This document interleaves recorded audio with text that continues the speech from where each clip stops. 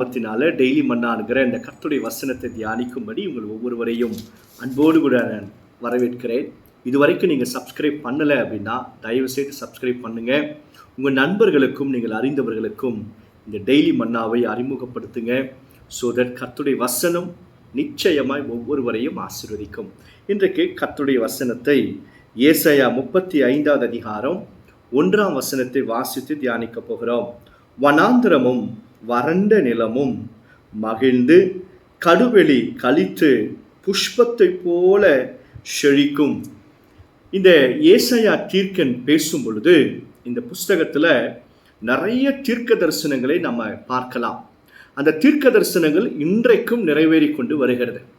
இந்த 35 அதிகாரத்தில் ஏசாயா தீர்க்கதரிசி சொல்லுகிறார், வனாந்திரமும் வறண்ட நிலமும் கடுவெளியை போல களித்து எல்லா காரியங்களும் மகிழ்ந்து கடுவெளியும் களித்து புஷ்பத்தை போல பூக்குமா, செழிக்குமா.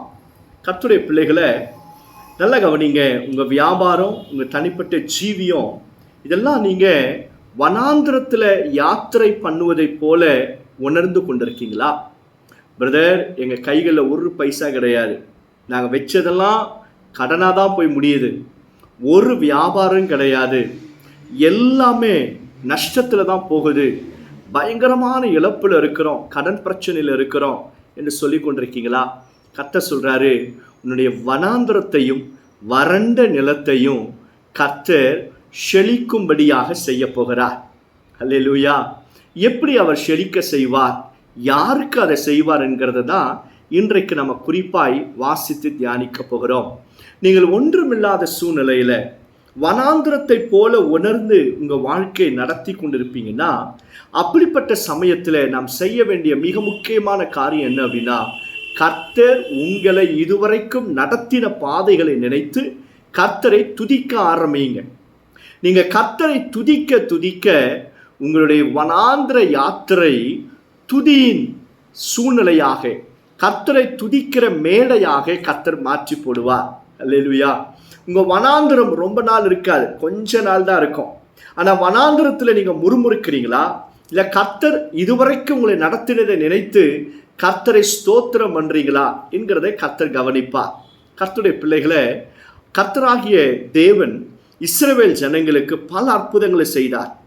ஆனால் அவங்களுக்கு சாப்பிட்றதுக்கு கறி இல்லை என்று சொல்லி மோசேயையும் எல்லாரையும் திட்ட ஆரம்பிச்சிட்டாங்க.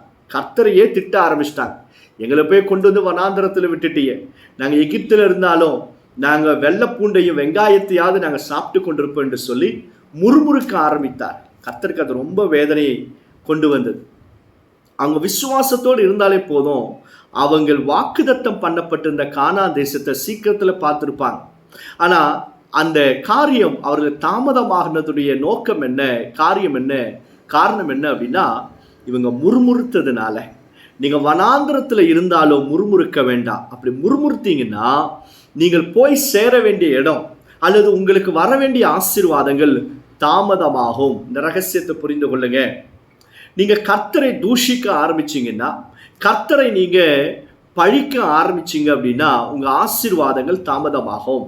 முறுமுறுக்காதீங்க. இதுவரைக்கும் கர்த்தர் உங்கள் வாழ்க்கையில் செய்த காரியங்களை நீங்கள் நினைத்து கர்த்தரை துதிக்க துதிக்க உங்கள் வனாந்திரமும் வறண்ட நிலமும் அவைகள் எல்லாம் புஷ்பத்தை போல பூத்து குலுங்குவதையும் செழிக்கவும் கர்த்தர் செய்வார். அல்லேலூயா. உங்கள் பிரச்சனை ஒருவேளை பொருளாதார பிரச்சனையாக இருக்கலாம், அல்லது உங்கள் குடும்பத்தில் ஏதோ ஒரு பிரச்சனை. பிரதர், வனாந்திரத்தை போல நான் உணர்கிறேன் என்பதாக நீங்கள் சொல்லி கொண்டிருந்தீங்கன்னா உங்களோடு கர்த்தர் பேசுகிறார். எதையும் செய்யாதீங்க, அமைதியாக ஒரு இடத்துல நீங்கள் போய் முழங்கால் படிட்டு, இதுவரைக்கும் என்னை நடத்தி வந்தீங்களே ஏசப்பா அப்படின்னு கர்த்தரை துதித்து பாட ஆரம்பிங்க, ஸ்தோத்திரம் பண்ண ஆரம்பிங்க. குடும்பமாய் கூடி கர்த்தரை ஸ்தோத்திரம் பண்ண ஆரம்பிங்க. நிச்சயம் இந்த வனாந்திரமும் வறண்ட நிலமும் உங்களுக்கு கர்த்தர் செழிப்பாய் மாற்றுவார். அல்லேலூயா. சோமன்லாமா. பரலோக பிதாவே, இந்த வசனத்தை கேட்கிற பிள்ளைகளுடைய வாழ்க்கையில் இருக்கிற வனாந்திரமான சூழ்நிலை இயேசுவின் நாமத்தினால செழிப்பாய் மாறட்டும். இந்த வசனம் இயேசுவின் நாமத்தினால் நிறைவேறுவதாக அற்புதங்கள், அடையாளங்கள் உடைய பிள்ளைகள் பார்க்கட்டும். இயேசுவின் நாமத்தினால் ஜெபிக்கிறோம் பிதாவே. ஆமென், ஆமென். God bless you all.